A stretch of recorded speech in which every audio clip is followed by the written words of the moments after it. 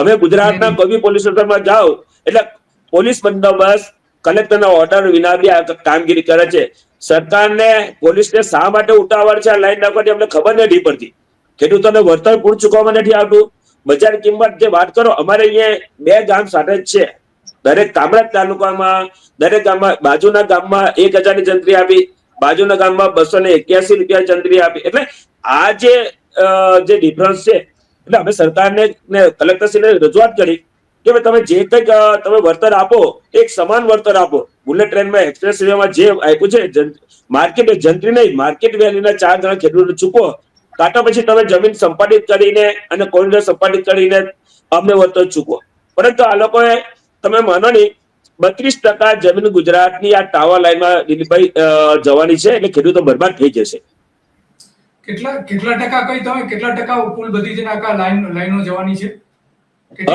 અત્યારે આખા એમાંથી 3 થી 4 લાઈન ગઈ છે. આવનારા દિવસોમાં બીજી 15 લાઈનો દિલીપભાઈ હજુ 29 ગીગાવોટ નું આ અદાણીનું છે. બીજું 55 ગીગાવોટ નું અંબાણીનું પાછું જનરેટ થશે. એટલે તમે વિચાર કરો કે આ ખાલી 29 ગીગાવોટમાં જો આટલી જગ્યા જશે તો આવનારા દિવસોમાં જગ્યા કેટલી જશે. બીજી વાત કરું, ગુજરાતમાં બીજી સરપ્લસ છે.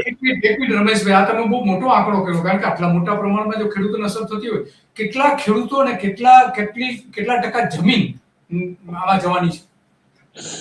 હવે તમને દિલીપભાઈ અત્યારે જે 12/2/2026 ના રોજ જે જાહેરનામું બહાર પડ્યું છે ને, એમાં 8 જિલ્લા, 24 તાલુકા અને 497 ગામડામાંથી જાય છે. તમે વિચાર કરો, 497 ગામડા એટલે 500 ગામડાઓ છે. એક જે કોરિડોર છે ને 220 ફૂટ જગ્યા પહોળાઈમાં જશે. હવે તમે ખાવડાથી લઈને તમે અહીંયા સુધી સુરત સુધી કિલોમીટર માપી લો, એટલે 32% જગ્યા ખેડૂતોની ઓલ ઓવર આ બધી લાઈનોમાં જશે. ખેડૂતોની જગ્યા 32% એમાં જશે. જયારે ટાઉન પ્લાનિંગ એક્ટ આવશે ત્યારે 50% સરકાર કાપશે, બરોબર છે. હાઈવે જશે તેમાં કાપશે. એટલે ખેડૂતો બરબાદ થઈ જવાના, પાયમાલ થઈ જવાના છે. અમે સરકારને એક રજૂઆત કરી છે કે તમારે વીજળી આપવી છે તો દરિયાઈ પટ્ટી, આપણે ગુજરાતનો બહુ મોટો દરિયાઈ પટ્ટી, જ્યાં ખાવડાથી તમે લઈને નવસારી સુધીની દરિયાઈ પટ્ટી છે. જો આ દરિયાઈ પટ્ટીનો ઉપયોગ કરે ને તો ખેડૂતોની ફળદ્રુપ જમીન બચી જશે. એટલે આવનારા દિવસોમાં અનાજને મોટો પ્રોબ્લેમ હોય, અન્નસુરક્ષાના પ્રોબ્લેમ ઉભો થશે. ખરેખર જે સામાજિક અસરો થવાની છે ને, એટલે મોટો પ્રોબ્લેમ શું છે કે આ પ્રોજેક્ટને લિનિયર પ્રોજેક્ટ કરીને એને જે સરકારના જે નિયમો છે એમાં બધાની મુક્તિ આપી દેવા પછી એને કે ભાઈ સામાજિક અસર નથી જોવાનો, અન્નસુરક્ષા શું છે, એ બધી જ બાબતો ધ્યાનમાં લેવામાં આવતી નથી. સરકારે ગંભીરપણે ચિંતા કરીને આવનારા દિવસોમાં અનાજનો બહુ મોટો પ્રશ્ન ઉભો થશે ગુજરાતમાં અને દેશમાં. એટલે સરકારે જગ્યા બચાવવી જરૂર છે, ખેડૂતને બચાવવા જરૂરી છે. તમારી પાસે દરિયાઈ પટ્ટી બહુ મોટી છે, ત્યાંથી લાઈન નાખી શકાય છે, પણ ખબર નહીં કેમ સરકાર આ વાત ધ્યાન પર નથી લેતી, અમને ખબર નથી પડતી. બીજી વાત, અત્યારે જે સબસ્ટેશનો બને છે એમાં મોટી લગભગ 200 વીઘા જગ્યાઓ સબસ્ટેશન માટે જાય છે. એટલે સરકારે આપના માધ્યમથી તમે જણાવીએ, સરકારને આપના માધ્યમથી અમે જણાવીએ છીએ કે આ જે લાઈન નાખો તો દરિયાઈ પટ્ટીમાં લઈ જાઓ. એક સબસ્ટેશન બનાવવા 200 વીઘા જમીનનો આ લાઈનોમાં ઉપયોગ થવાનો છે. હા, અમારા તો ઉલ્પા તાલુકામાં, સુરત જિલ્લાના ઉલ્પા તાલુકામાં સબસ્ટેશન નાખવા માટે 200 વીઘા જગ્યા એક્વાયર કરી છે દિલીપભાઈ. હવે આ સબસ્ટેશન બનવાથી આવા કેટલા સબસ્ટેશન હશે બતાવી? ઘણી જગ્યા બનશે. અમુક કિલોમીટર દીઠ આ લોકો જગ્યા આવી સબસ્ટેશન બનાવવા કે પાવરગ્રીડના પાવર કરવો હોય ને તો વચ્ચે એ લોકો સબસ્ટેશન બનાવવા તો જ પાવર સપ્લાય થઈ શકે. તો બહુ ખાસી મોટી જમીન જતી રહેશે. તો તમે ઘણી બધી વિગતો રજૂ કરી અને તમારો ખૂબ ખૂબ આભાર રમેશભાઈ. અને તમે લડી રહ્યા છો અને હવે સરકાર સમક્ષ પણ તમે કહ્યું કે રજૂઆત કરવાના છીએ કે ભાઈ આ લાઈનને મંજૂરી આપવામાં ન આવે, કારણ કે અમે વાંધાઓ રજૂ કર્યા છે. તો બધા થઈને કુલ કેટલા ખેડૂતોએ ત્યાં વાંધા રજૂ કર્યા છે, ઈમેલ કેટલા કરેલા છે અને બધા થઈને કેટલા રજૂ કરવાના છે? દિલીપભાઈ, લગભગ લોકો ઈમેલ બી ઘણા કર્યા છે. લગભગ 5000 વાંધાઓ તો અમે લેખિતમાં તૈયાર કરીને બધા ખેડૂતોએ ત્યાં લઈને આવ્યા હતા.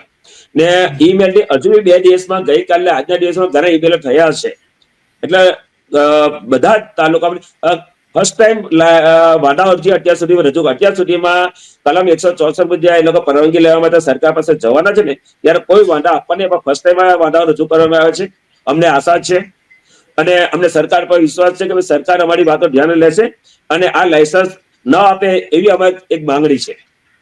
બરાબર. તો આ જે વાંધાઓ રજૂ થયા એમાં 500 ગામના ખેડૂતો આવી જાય છે એમાં? હા, જનરલી બધા જ આવી ગયા કે દિલીપભાઈ ઘણા લોકોએ ઈમેલ થી લોકો વાંધા રજૂ કર્યા છે. અચ્છા, ઓકે. એટલે બધા જ ગામડાઓ જેટલા 497 ગામડાઓ છે બધા જ ગામડાના વાંધાઓ ત્યાં રજૂ થઈ ગયા છે એટલે લોકોએ બેલ બી ઘણા કરી દીધા છે. અચ્છા, ઓકે. બરાબર. તો રમેશભાઈ તમારો ખૂબ ખૂબ આભાર, ઘણી બધી વિગતો આપી આપે. તો હતા રમેશભાઈ કે જે ગુજરાત ખેડૂત સમાજ છે એના ગુજરાતના પ્રમુખ છે, ખેડૂત સમાજના ગુજરાતના પ્રમુખ છે અને દક્ષિણ ગુજરાતમાં એવો લડત આપી રહ્યા છે અને એને ઘણી બધી વાતો રજૂ કરી અને એ વાતોમાં પણ મહત્વની બાબતો પણ આપણે જોઈ શકીએ છીએ કે કઈ રીતે ત્યાં વિરોધ થઈ રહ્યો છે અને ત્યાં અદાણી સમાજ रेडी करके हम लोग लाए हैं। ठीक है, हम आपसे विनती करते हैं कि आप हमारे ऑब्जेक्शंस ले लीजिए। ठीक है, और ऑब्जेक्शंस के ऊपर जो भी मतलब बाय रूल जो प्रोसीजर करनी है, टेली इलेक्ट्रिसिटी एक्ट 2003 के जो प्रावधान है, टेलीग्राफ एक्ट के 16(1)(2)(3) के जो प्रावधान है, उसके लिए क्योंकि गवर्नमेंट में आपको अभी जाना है, वहाँ से परमिशन लेनी है, तो ये एक फर्स्ट हमारी जो क्या बोलते हैं कि हमारी फर्ज थी कि आपसे इस बात से हम लोग वाकिफ कराए कि ये जो लाइन आप लेके जा रहे हैं उसमें हमारे ऑब्जेक्शंस है। हमारे 2-3 ऑब्जेक्शंस है। एक तो जो आपने रूट सिलेक्ट किया है इसमें तो आपने टेंटेटिवली ये रखा है कि हम लोगों ने अभी तक कोई वहाँ कोऑर्डिनेट्स वगैरह लिए नहीं है। गांव के मतलब आइदर साइड से या बीच में से जा सकता है। हमको तो पहले ये चाहिए कि वो कोऑर्डिनेट्स वाले जो है वो क्योंकि आपने लिखा था कि आप वहाँ से आप ये जो मैप है वो ऑब्जर्व कर सकते हैं, आप ले भी सकते हैं। तो एक विनती हमारी ये है कि अगर आपके पास कोई भी मैप है तो वो एक कॉपी हमें दी जाए, चाहे वो मतलब रीडेबल होनी चाहिए। जो हमें मिली है वो रीडेबल है नहीं तो वो दी जाए। और दूसरी रिक्वेस्ट ये है कि ये जो नोटिफिकेशन आपने दिया है उसको कैंसल किया जाए।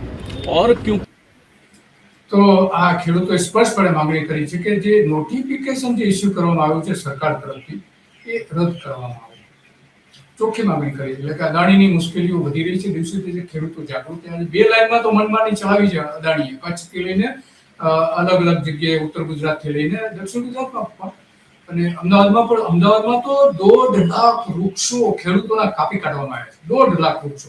તો આ એક બહુ મહત્વની મૂવમેન્ટ હતી ખેડૂતોની. અદાણીની ઓફિસ સામે જઈને રેલી કાઢીને સૂત્રોચ્ચાર કરીને એને વાંધાઓ રજૂ કર્યા છે. ત્યાં લગભગ 5,000 જેવા તો સ્થળ ઉપર આપી દીધા, મેલ આ તે બધું થઈને જે ખેડૂત આગેવાનો અલગ અલગ ખેડૂત આગેવાનો છે એ કહે છે કે 10,000 વાંધાઓ તમે રજૂ કરી દીધા છે 500 ગામના ખેડૂતોએ. કારણ કે આ જે લાઈન પસાર 3 નંબરની જે લાઈન પસાર થવાની છે એ 500 ગામમાંથી થવાની છે.